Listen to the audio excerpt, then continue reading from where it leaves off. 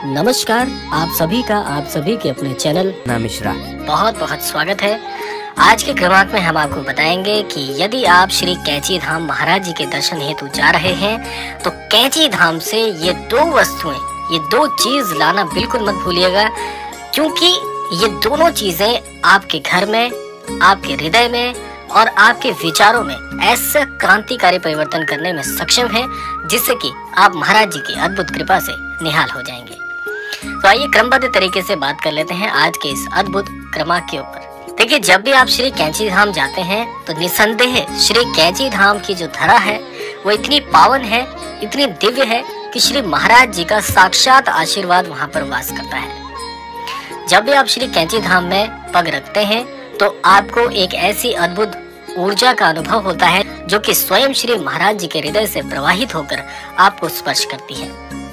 वो ऐसी दिव्य ऊर्जा है जहाँ पर कि आपका जो हृदय है, आपका जो अंतर्मन है, वो इस बात को बहुत अच्छे से समझने लग जाता है कि ये स्थान ऐसा है कि जो कि आपने अपने जीवन में कभी भी अनुभव नहीं किया। श्री कैंची धाम में वैसे तो हमारी बहुत इच्छा होती है कि महाराज जी के दर्शन करते करते हृदय इतना परिपूर्ण हो जाता है कि मन ही नहीं करता कि श्री कैंची धाम से वापस आए। लेकिन प्रश्न ये उठता है कि श्री कैंची धाम जब हम जाते हैं तो कौन सी चीज लेकर जाएं और कौन सी चीज वहां से लेकर आए। सबसे पहली चीज आपको बता दें कि स्वयं श्री महाराज जी श्री हनुमान जी के अवतार माने जाते हैं।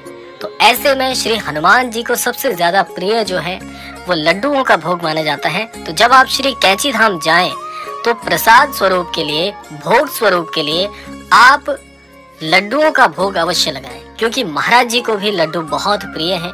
और जब आप श्री कैंची धाम जाते हैं तो मुख्यतः बहुत सी वहाँ पर प्रसाद की जो दुकानें हैं वहाँ से आप बेसन के लड्डू या सामान्य जो लड्डू होते हैं वो आप खरीद कर महाराज जी के भोग के लिए ले जा सकते हैं। और इससे भी अच्छा अगर बताया जाए, जो कि महाराज जी को सबसे ज्यादा प्रिय है, वह यह है कि आप जहां से भी, यानी जिस भी घर स्थान से महाराज जी के दर्शन हेतु जा रहे हैं, घर से बना हुआ जो भोग है, यानी कि सात्विक भोग, आप महाराज जी को घर में बना हुआ जो प्रसाद है, भोजन प्रसाद भी ले जा सकते हैं, घर से बने लड्डू भी ले जा सकते हैं। तो जो भी घर से बना हुआ प्रसाद है वो अगर आप भोग लगाएं तो महाराज जी को उससे अच्छा कोई भोग नहीं लगता। और ये बात महाराज जी की कई अद्भुत कथाओं में भी आती है कि जहाँ पर महाराज जी को कई अनन्य भक्तों ने घर से बने हुए भोजन प्रसाद से भोग लगाया और महाराज जी को बहुत ही अच्छा लगा। अब बात आती है कि जब आप श्री कैंची धाम जाते हैं तो वहां से क्या लेकर आना चाहिए। मैं आपको दो आज ऐसी अद्भुत वस्तुएं बताऊंगा, दो ऐसी चीज बताऊंगा जो आप श्री कैंची धाम से लेकर आए तो बहुत ही अच्छी, बहुत ही अद्भुत कृपा महाराज जी का आपको प्राप्त होगी। सबसे पहली चीज ये है कि जब आप श्री कैंची धाम में जाते हैं और वहां से जो प्रसाद आपको प्राप्त होता है, मुख्यतः आपको वहां से चने का प्रसाद प्राप्त होता है, हलवा आदि आपको प्राप्त होता है। जो आपको वहां से प्रसाद प्राप्त होता है उस प्रसाद को अपने साथ आप घर अवश्य लेकर आएं और अपने सभी परिवारजनों को अवश्य खिलाएं, क्योंकि जो प्रसाद है श्री कैंची धाम का वो जितने ज्यादा लोगों तक जाता है उतना ज्यादा आशीर्वाद आपको मिलता है और उतने ही लोगों को महाराज जी का वे आशीष प्राप्त हो जाता है। पहली चीज आप हमेशा ध्यान रखिए कि श्री कैंची धाम से प्राप्त होने वाला जो प्रसाद है वो अवश्य आपको अपने घर स्थान लाना चाहिए। अपने घर के सभी सदस्यों को अवश्य श्री कैंची धाम से मिलने वाला प्रसाद अवश्य खिलाना चाहिए। अब बात आती है उस दूसरी चीज की जो अवश्य आपको लानी चाहिए। श्री कैंची धाम की जो पावन भूमि है, जैसा कि मैंने प्रारंभ में आपको बताया था कि बहुत दिव्य है। श्री कैंची धाम की यदि आपको थोड़ी सी मिट्टी मिल जाए, चाहे प्रांगण से आपको मिल जाए या किसी भी स्थान से, कैंची धाम की थोड़ी सी मिट्टी आप अपने घर में अवश्य लेके आएं, क्योंकि श्री कैंची धाम की जो धरा है इतनी दिव्य है कि जब आप श्री कैंची धाम जाते हैं तो आप अपने हृदय से पूछिएगा कि आपका मन नहीं करता श्री कैंची धाम से वापस आने को, क्योंकि महाराज जी का ऐसा अनूठा और ऐसा अद्भुत प्रेम वहां पर आपको प्राप्त होता है। और जहां पर इतनी प्रेममयी ऊर्जा प्रवाहित हो रही हो तो ऐसे किसी भी स्थान से आने का मन नहीं करता, मन वहीं रम जाता है। तो जो श्री कैंची धाम की अद्भुत मिट्टी है उसको आप अपने घर में अवश्य लेकर आएं और किसी ऐसे पवित्र स्थान पर रखें जहां पर आप रोजाना उसके दर्शन कर सकें।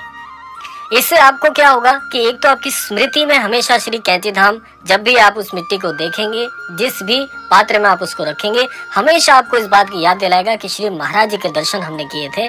और दूसरा, श्री कैंची धाम की जो मिट्टी है, जिस भी पवित्र स्थान पर आप रखेंगे, ऐसा स्थान स्वाभाविक तौर पर बहुत सिद्ध और बहुत ही अच्छा सकारात्मक ऊर्जा को आकर्षित करने वाला बन जाएगा। और वैसे तो कहा जाता है कि जहां पर श्री महाराज जी स्वयं विद्यमान हो, ऐसी जगह में किसी भी प्रकार की नकारात्मक ऊर्जा नहीं आ सकती है।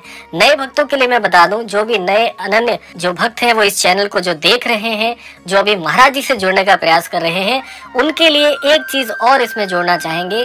यदि अब तक आपने श्री महाराज जी के छवि चित्र को या महाराज जी के स्वरूप को अपने गृह स्थान पर स्थापित नहीं किया है, तो श्री कैंची धाम के आसपास आपको बहुत सी ऐसी दुकानें मिल जाएंगी जहां से आपको महाराज जी का छवि चित्र प्राप्त हो सकता है।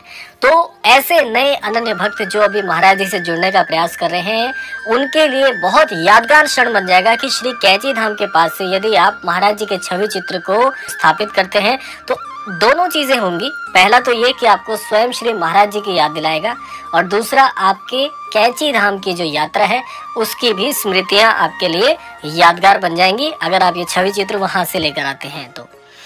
और सबसे अद्भुत बात मैं आपको बता दूं कि ये चीजें, ये सामग्री जब आप श्री कैंची धाम से लेकर आते हैं तो बहुत ही दिव्य, जहां पर भी आप इनको रखें, बहुत ही दिव्यता को ये आकर्षित करती हैं श्री कैंची धाम की ये वस्तुएं। इसीलिए श्री कैंची धाम अगर आप जाएं तो ये चीजें लाना बिल्कुल मत भूलिएगा, क्योंकि ये इतनी दिव्यता के साथ आपके जीवन को परिवर्तनशील बना देंगी, जिससे कि श्री महाराज जी का आशीर्वाद आपके ऊपर सदैव बना रहेगा। तो ये था आज का अद्भुत क्रमांक। आशा करते हैं क्रमांक आप सभी को अवश्य ही पसंद आया होगा। इसी कामना के साथ विदा लेने का समय भी आ गया है। विदा लेने से पूर्व समय है प्रार्थना का। यही प्रार्थना करना चाहेंगे कि श्री महाराज जी अपने आशीर्वाद अनुसार आप सभी को सन्मति और सद्बुद्धि की प्राप्ति कराएं। इस संपूर्ण सृष्टि का, इस संपूर्ण लोक का कल्याण हो, इसी कामना के साथ विदा लेते हैं। मिलते हैं